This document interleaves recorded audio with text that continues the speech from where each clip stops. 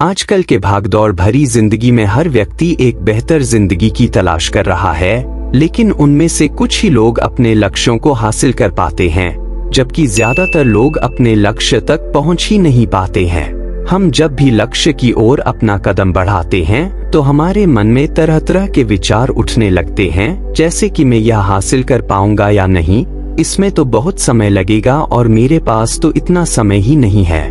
अगर मैं असफल हो गया तो लोग क्या कहेंगे। तो आइए एक कहानी के माध्यम से समझते हैं कैसे अपने असफलता के डर को खत्म किया जा सकता है और हमारे मन में ये असफलता का डर क्यों होता है। वीडियो को शुरू करने से पहले कमेंट में नमो बुद्धाय लिखें और चैनल को सब्सक्राइब करें। बहुत समय पहले की बात है, एक बौद्ध सन्यासी एक जंगल के पास अपनी कुटिया बना के रहा करते थे। वे बौद्ध सन्यासी बहुत ही बुद्धिमान थे। कोई भी व्यक्ति उनके पास कोई समस्या लेकर आता, वह बहुत ही बुद्धिमानी से उस समस्या का समाधान निकाल देते थे। एक दिन वह पास के गांव में भिक्षा मांगने के लिए गए थे और भिक्षा मांगकर वापस लौट रहे थे। रास्ते में उन्हें एक व्यक्ति ने रोक लिया। उस व्यक्ति ने बोला, मैंने सुना है आप बहुत ही बुद्धिमानी से किसी भी समस्या का समाधान कर देते हैं, लेकिन मुझे तो इस बात पर जरा सा भी विश्वास नहीं है। अगर आप सच में सभी समस्याओं का समाधान कर देते हैं तो क्या आप मेरे इस जटिल समस्या को सुलझा पाएंगे। मैंने लोगों से आपके बहुत से बुद्धिमानी के किस्से सुन रखे हैं, इसलिए मैं आपसे एक बात जानना चाह रहा हूं कि हमें किसी भी काम में असफलता की घबराहट क्यों होती है और हम अपने किसी भी लक्ष्य को बिना असफलता के घबराहट के कैसे प्राप्त कर सकते हैं। उस व्यक्ति की इस बात को सुन बौद्ध सन्यासी मुस्कुराए और बोले, मैं तुम्हारे इस प्रश्न का उत्तर जरूर दूंगा और उसके बाद से तुम्हारी सारी घबराहट भी दूर हो जाएगी, लेकिन इससे पहले तुम्हें मेरी कुटिया तक चलना होगा। यह व्यक्ति उस भिक्षु के बुद्धिमत्ता को परखना चाहता था, इसलिए यह कुटिया तक जाने के लिए तैयार हो गया। उसके बाद वह बौद्ध सन्यासी उस व्यक्ति को जंगल में बने अपने कुटिया तक लाए, लेकिन तब तक शाम हो चुकी थी। वो भोजन करके सो गए। जब वह अगले दिन उठे तब बौद्ध सन्यासी ने उस व्यक्ति से कहा, चलो आज तुम्हें मैं जंगल की सैर करा के लाता हूँ, और वो दोनों जंगल की तरफ निकल पड़े।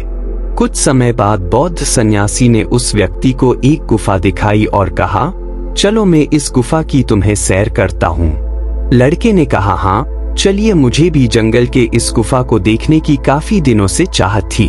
उसके बाद दोनों गुफा के अंदर चले गए। गुफा के अंदर काफी अंधेरा था, लेकिन कुछ समय बाद चुपके से बौद्ध सन्यासी गुफा से बाहर आ गए और उस गुप्त के द्वार को बाहर से बंद कर दिया।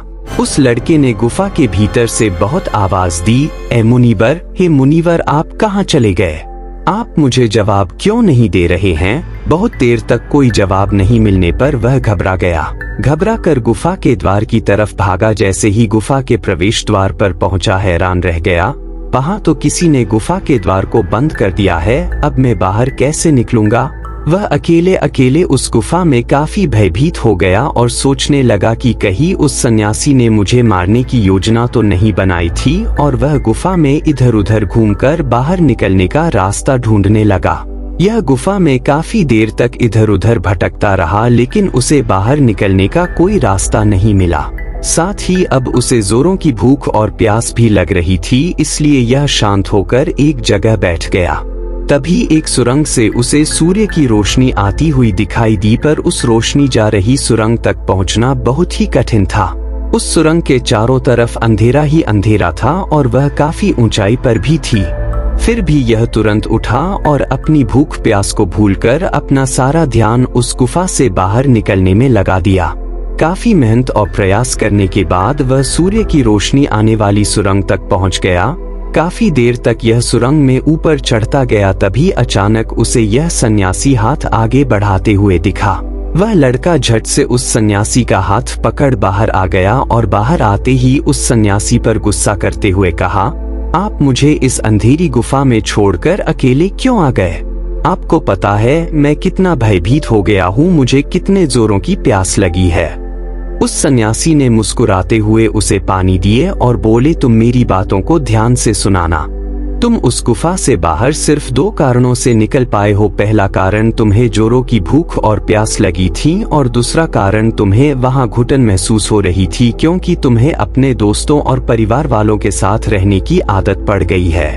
इसके अलावा और 2 मुख्य कारण हैं जिसके कारण तुम इस गुफा से बाहर निकल पाए हो। पहला कारण, तुम्हारे साथ वहां कहने के लिए कोई नहीं था कि इतने अंधेरे में इतनी ऊंचाई पर तुम उस सुरंग तक कैसे पहुंचोगे, ये तो असंभव है। दूसरा कारण, वहां कोई ये कहने वाला नहीं था कि चलो दूसरा रास्ता देखते हैं, इससे भी आसान रास्ता मिल जाएगा और हम आसानी से इस गुफा से बाहर निकल जाएंगे।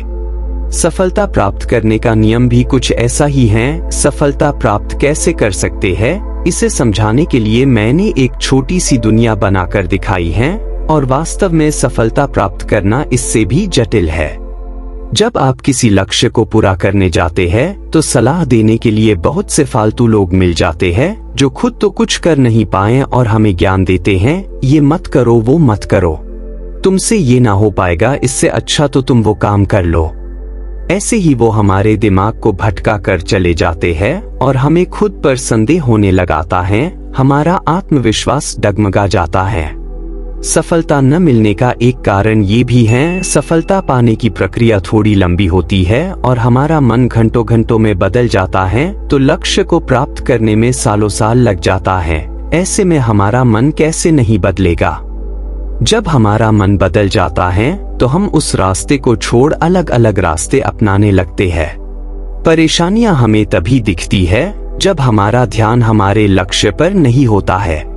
अगर सफलता हासिल करनी है तो अपना सारा ध्यान अपने लक्ष्य पर टिकाए रहो। मुनिवार की इन बातों को सुनकर उस व्यक्ति की आंखें खुल गई और बोला, आप सच में बहुत बुद्धिमान हैं और मैं आपसे वादा करता हूँ मैं आपके इन बताई बातों को अपने जीवन में जरूर अपनाऊंगा। उम्मीद करते हैं आपको कहानी पसंद आई होगी, तो वीडियो को लाइक करके कमेंट जरूर करें।